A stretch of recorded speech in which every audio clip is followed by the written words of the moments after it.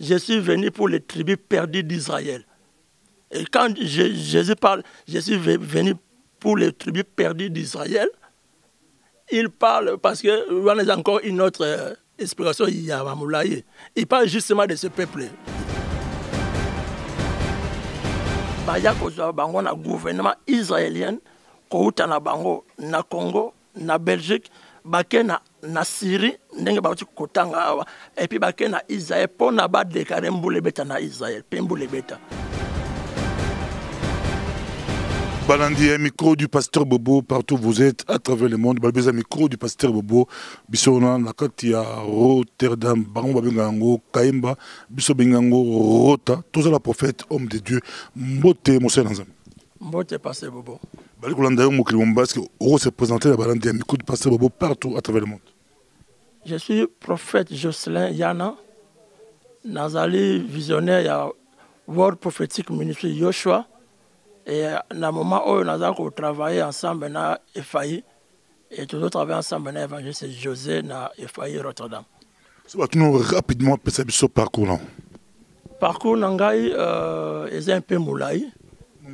Namukuse nazaki consacré prophète na 2004.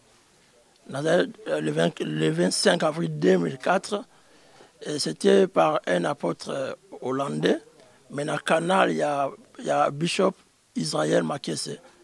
Et dans le canal, l'apôtre a remarqué l'appel que j'avais et a salué le pasteur Israël, qui a vraiment, il fallait que tu aies ma faute en qualité de prophète na Bengami.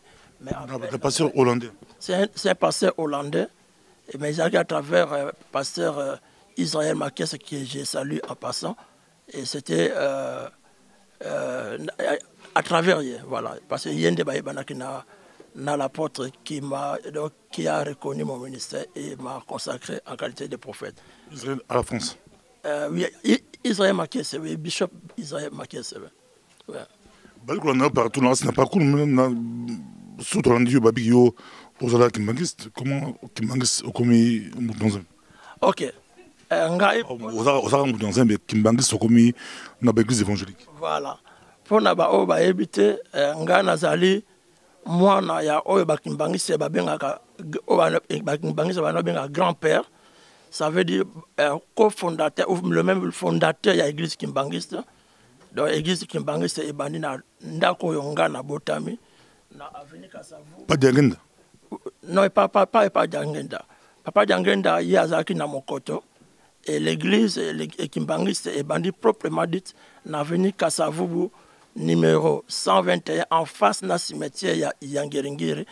Et plutôt, il y a Kassavubu. Et dans le cimetière, vous allez remarquer centre d'accueil. Et il y a toute une histoire, comment que même centre d'accueil est à la place. Il y a toute une histoire.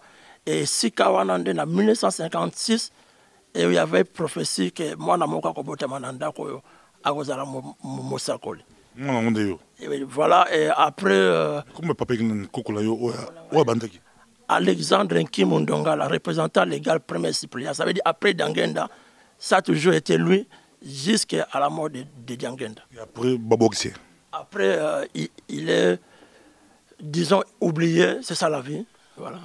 Il est passé elle n'est elle moko. Il est toujours fidèle na Dangenda, banda église banda ti akofi, toujours fidèle. Bali kolanda mokili mbeza micro du pasteur Bozo kapinga matata mais toujours dossier mo simple yo koluna esprit ya kamba eleki danser lelo oyekat na kolo natuno question simple. Comment toi tu vois Israël? Nalingina nazongisa mwa moke na sima ke kambe za danger après le oye na nkolo te nazongisa nanu mwa sima moke pour dire que toute sa liaison ya Kimbangiste oza lelote na Kimbangiste proprement dit. Vous voyez, donc Kimbangiste c'est proprement dit bonzambe zali. Et donc tozaki toujours na bonzambe, mais en 1988 j'ai commis Kobeba moi, c'est là que toi qui kozwa nzela na koko yemoka babino bokende bobima bokende na protestant ngana tikala na musala na banda. C'est alors que tubimak. Mais en tout cas, pendant tout ce temps-là, il y avait toujours Bonzambe. Pe Bonzambe ya makasi o tamusina begis de rêver batibele na ba monyangota. Ton ami qui n'est pas bâti, mais c'est pas un ambassadeur là. N'a pas beaucoup plus par rapport à l'église de réveil pour yo les lots ou l'église de réveil. Mais l'église qui m'a dit c'est pas ça bâton un ambassadeur qui nous lobby basé belé. Mais pas protestant, pas l'église de réveil, pas on prêche beaucoup plus un Zambé Abraham, comment Dieu a fait, comment Zambé Bimse bon l'Égypte, à qui la banque na terre promise, Zambassadeur qui la banque ti yeso ayo botamakuna. Surtout histoire il y a Israël. Comment toi tu les vois pour souper bazar réticent mais yo comment tu au monde a zongi sur place pour les loko bunga eza moi mingi Israël Bible eza ko lobela biso na Ésaïe 19 à partir du verset 23. En ce même temps, il y aura une route d'Égypte en Assyrie. Les Assyriens iront en Égypte et les Égyptiens en Assyrie et les Égyptiens avec les Assyriens serviront l'Éternel. En ce temps-là, Israël sera lui troisième, uni à l'Égypte et à la Syrie. Et ces pays seront l'objet d'une bénédiction, lesquels les armées les bénira en disant « Béni soit l'Égypte, mon peuple, la Syrie, œuvre de mes mains, et Israël, mon héritage. » Donc là, aujourd'hui, on ne parle que d'une seule nation, Israël. Mais en réalité, Dieu voit trois peuples. Il voit l'Égypte, il voit la Syrie et il voit l'Israël. Et ces trois peuples doivent travailler en harmonie. Et il sait que c'est comme ça. Ce sont les trois peuples oyo bateya bango nzambe te me bazaka na nzambe. Et le cas Égypte, quand on parle d'Égypte, na Syrie, il y a Ésaïe, c'est l'Afrique noire. Et l'Afrique noire, le centre, le Congo. Toza peuple moko oyo, toza na nzambe, Bible za ko benga biso ba premier né. Bana ya liboso ya nzambe. Alobi Assyrie baza eve na ya maboko, pe Israël baza héritage na ya. Donc Israël a héritage ya nzambe, et c'est que nzambe a toute son affection, mais Israël seul ne pouvait rien. C'est avec l'aide de la Syrie et de l'Égypte. Démonstration simple. En fait, Égypte, Afrique, Congo, Bongo Assyrie. Voilà. Assyrie, c'est le monde arabe. Ba descendant, il y a Ismaël. Tobo sanate bazabana ya Abraham. Et Nzambe a considéré Kabango. Bien qu'il y a musulmans et côté, ils ont un jeu politique pour détourner le peuple. Mais baza peuple ou baza peuple ya Nzambe. Baza na Nzambe, mais le problème est que l'islam tant que côté après na idée politique n'est toujours à côté christianisme. Na côté ya ba égyptien pour na ko ça le vrai sens ya bonzambe. Vous voyez, mais les arabes que nous voyons, les noirs que nous voyons, les israéliens que nous voyons, bazame pas la besoin ya oteya bango. Na kat na bango bonzambe ezalaka déjà. Tona yo tozo tant sur na yo penza mais ils ba vangu to pesa bango. Ba musu balobi héritage Israël a le commis ba chrétien ba au version la Genèse. Comment na zone interprétation na yo Genèse 12. Comment ils ont interprété tant on ta Genèse 12 de 1 à 3 totalement interprétation na yo et pour toutes nos questions. Genèse chapitre 12 verset je crois 1 à 3 ou 4. Balikulando partout, ils ont essayé de bon là, mais yo mélangé bokoko na bonzambe. Ils ont ma tête, il y a compliqué. Yo on dit manzambe ya africain, nzambe ya Congo, mon demi pe nzambe ya Israël. Ba musu ils ont compliqué mais nzambe moko. Nzambe aza moko, mais nzambe wana aza na trois piliers. même adage moko ya Bakongo et Lobaka, mabanga misato nde etokisaka nzungu. Ata soki na bamboka komona batia mabanga misato etokisaka nzungu. E bango wana o Bible elobi. Maza trois peuples wana oyo bazali na kati na bonzambe. Bon ba chinois, bon ba américain, bon ba belge, bon ba hollandais, yo boxé bon. No bisonde photo te ya bango. Yango Yesu lobaki, je suis venu pour les tribus perdues d'Israël. Et quand Jésus parle, je suis venu pour les tribus perdues d'Israël, il parle parce que on a encore une autre explication, il parle justement de ce peuple ici. Bango tout bazaba l'Israël mais ba perdu. Papa tant verset 12 Genèse.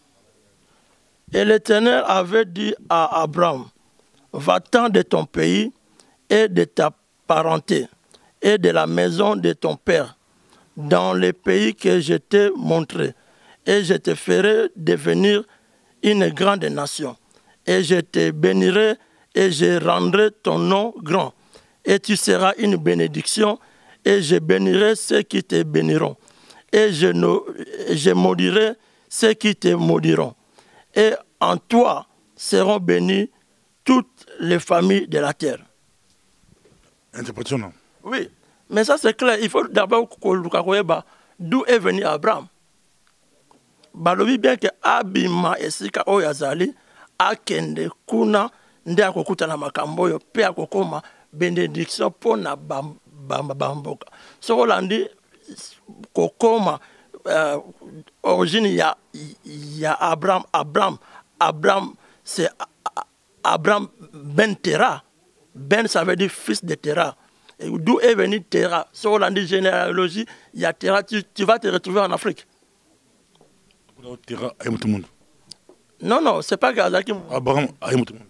Non, c'est pas que Azaki. Soit out de l'Afrique.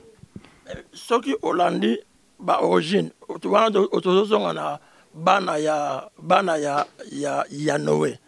Vous allez voir parmi les 70 peuples qui sont sortis de Noé, et il y a de ceux-là où ils sont alignés, il y a Abraham, et vous allez le voir sur les cartes topologiques, il y a carte du monde Yakala, et vous allez voir, ils sont sortis de l'Afrique. Donc Abraham, ce n'est pas quelqu'un qui est sorti de la terre d'Israël d'aujourd'hui. Il est venu de quelque part pour aller là-bas, et c'est de là que Dieu les bénit.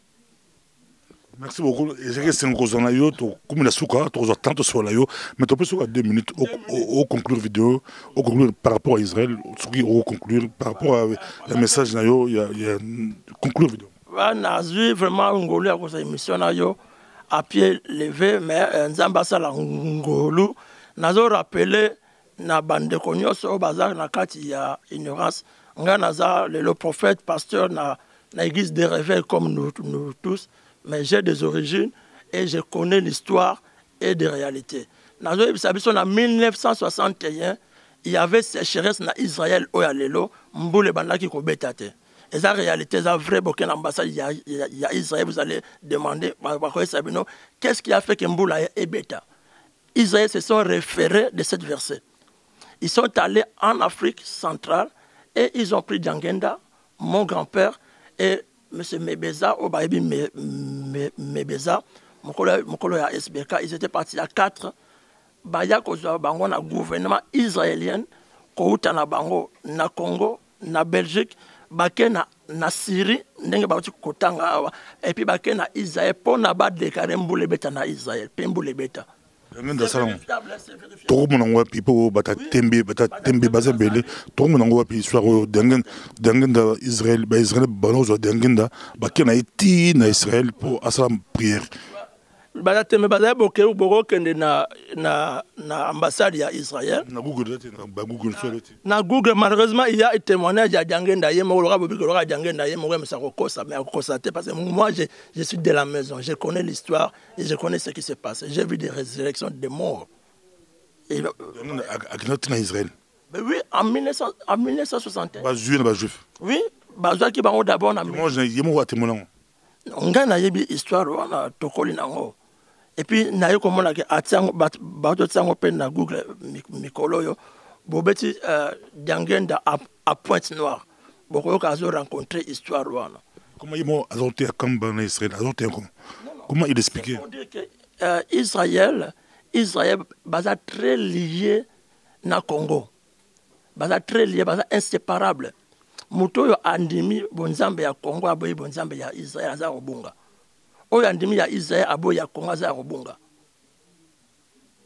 C'est ça. Le ballon suka to sukisi wana prophète alibi ke so ndimi Zambie ya Congo obo ya Israël ozom to obunga penza so bo ndimi ya Israël obo ya Congo za obunga po ba israélien bakana na Congo kozwa Diangenda bakenda na Israël abondela mbula et Boya, tout ça, on a vérifié en gros, beaucoup en gros, partout. Alors, bien Diangenda témoigné en gros, beaucoup de doutes de Diangenda. Avec beaucoup de cabablo, beaucoup d'ambassades, beaucoup de côté, monsieur. Bien sûr, vérifier en gros, toi et bien en pensa. Merci beaucoup. On te demande prochainement. Ils allaient en direct de Rotterdam, les amatata micro du pasteur Bobo. Merci.